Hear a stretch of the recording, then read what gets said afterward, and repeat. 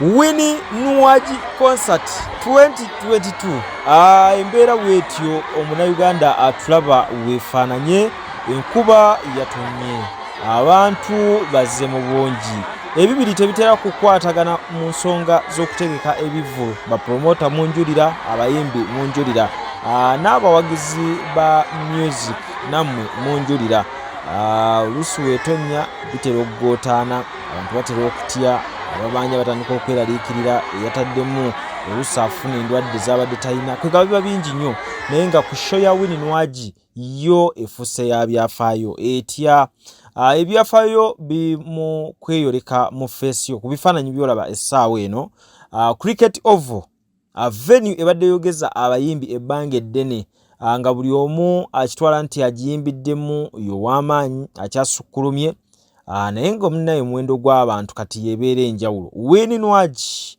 ku mulundi guno nga twali twakatendereza Sindi mu bakyala omukyala ono bambi naye akikoze abantu bazze mu bungi ennyonta ebadde nnyingi tutuuse mu mbeera nga abantu abakyali ebweru bangi abali mu kufuluma abadde eka nga bo bangi nnyo ate nga abali mu kisaawe munda nga bayitirivu nga ne woba onoonya wakuyita tolina woyita ndowooza gwe mulundi ogusoose ambulance ezireetebwa ku zi venue nga waliyo Ekivulu okukola kwegamba leero zifunyeeko ku mulimu ng'abantu bali awo omukko oba kawumbake ng'olina okunoonya omukko olabe mbaddewo ntya okulaba nti sho ngimalako kwegamba y'embeera ebadde yakayisanyo ebadde ya kijjobi embeera ebadde y'amasanyu meereere ng'abawagizi ba Winnie Nwagi bonna bajja ate nga banyumirwa music w'omuyimbi waabwe abaami babadde batono mu kivulu kino naye ng'abakyala babadde bangi nnyo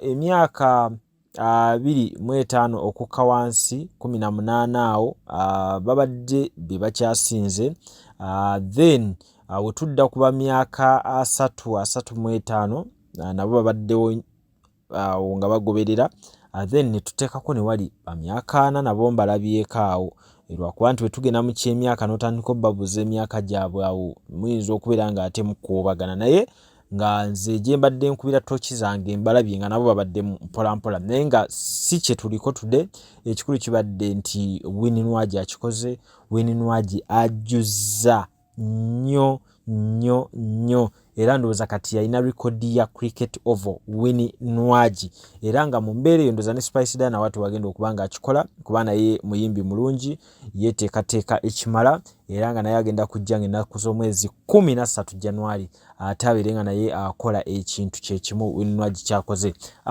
Keti Events and Beyond be bategese omuyimbi Winnie Nwagi wamu ne Swangs Avenue mu bbanga eddene ng'abantu balindirira konsati ya Winnie Nwagi yagambye ebeerewo ate ebeerewo nga mwenda ne dates endala zetugenda okuba nga tubategeeza ebitundu ebyenjawulo byagenda okuba nga agendamu byonna tugenda okuba nga tubibategeeza bulungi nnyo mu mbeera ey'okulaba nga tutambula n'omuyimbi Winnie Nwagi kuba kati yaliko omwana ono alina music omukyalo ono alabika byemulaba omanyi nyinza okugamba nti alabika bulungi naye byemulaba buli omukyalaba kyoba otwala ku muyimbi Winnie Nwagi naye nga nyina kintu ekyakye njagala okubeera nga nteekako essira ti abannayuganda tosobola bajja ku kye baagala ndabye nti audience abasinga baze mu kivulu kya Winnie Nwagi beba abantu abafiiringa comfortable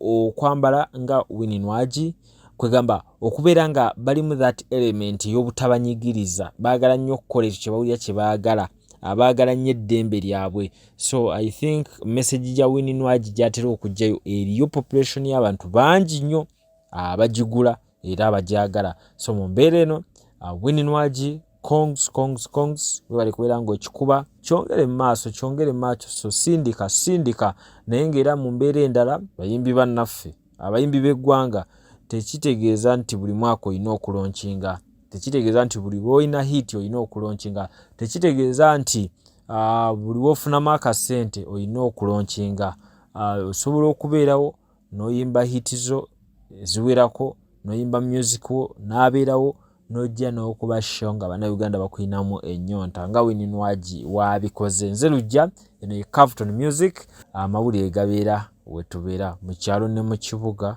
mu bbanga ne ku ttaka tubeerawo nnyo. So subscribinga, sharinga, commentinga, emboozi enyume. Basana banyabo sawa mulindwa yeno. Are you ready? Are you ready? So I'm going to come as one for my tune, the color solutions. Webale nyoba bale tala. Webale nyoba na for Columbia. Simon Weah, you got the microphone. Webale nyoba na for Columbia. Bagamba tonwa no fuga nywesa mufunanyizibwa. Twebasa nyoba na fe. Ama Swans Avenue. Ama testes mu mukolo guno kwoteka atema na fe. Ama Keti Events and beyond. Ama tese. Twebasa nyoba Abawagizi ba Ugandan music. Thank you so much. Thank you so much. Muchijuza mwebale nnyo. Amanya gange nze Nsubuga Mustafa, nkola ne Alihira Holdings, era ndowooza abantu abazze batukubira bagenda olaba nga yenze yennyini bwe balaba mu video ate nze gwe balabye ku site yaabwe. Abawagizi kirabise nti kati abantu batandise okukkiriza nti gwe mulembe oguliko.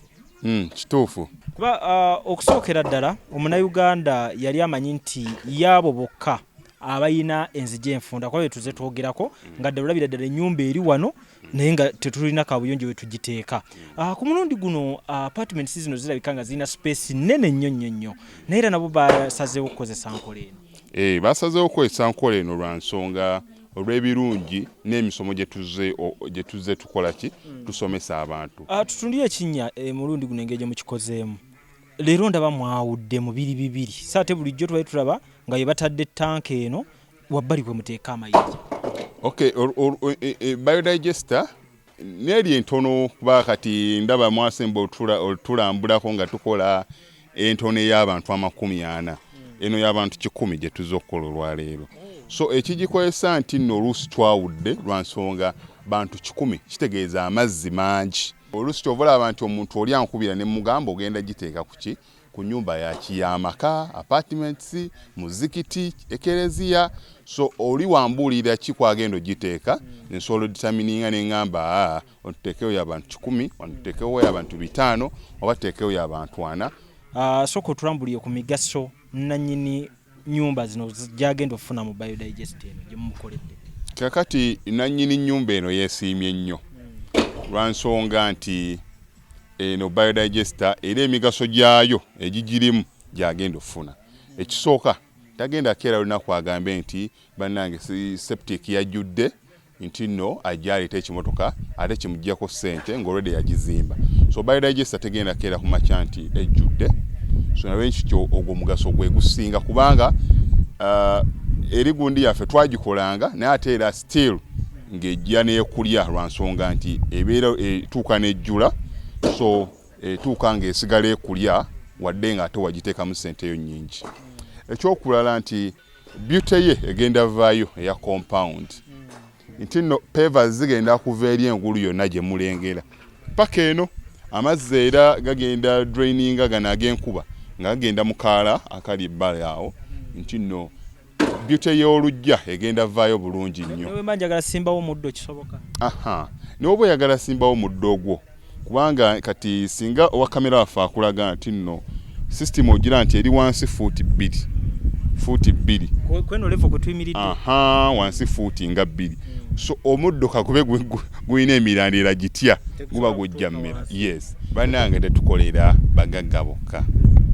Ate era tetusijja bayita baavu. Omuntu wa wansi omufuna mpola. Fenna gye tuggwa. Nange ndi mufuna mpola. So sikolera bantu sina kika kye ngamba mbuno nonkolera baneeno. Wabula buli omu era buli omu nga bwozze bwe tukola ki bwe tukwata. Kati Alihira Holdings Uganda Limited tusangibwa Kamoocha, Prince Charles Drive, Plot 45.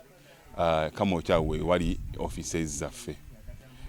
Tuyina namba z'amasimu esooka ya Airtel 07017 66992 neya MTN 0789 224230. Abasinga batumanyira mu biodigester kuba bwe tuvudde nnyo mu kamera naye nga baklanti baffe abapya n'abakadde bagenze bakitegeera nti no ne general construction yenna mwetuli.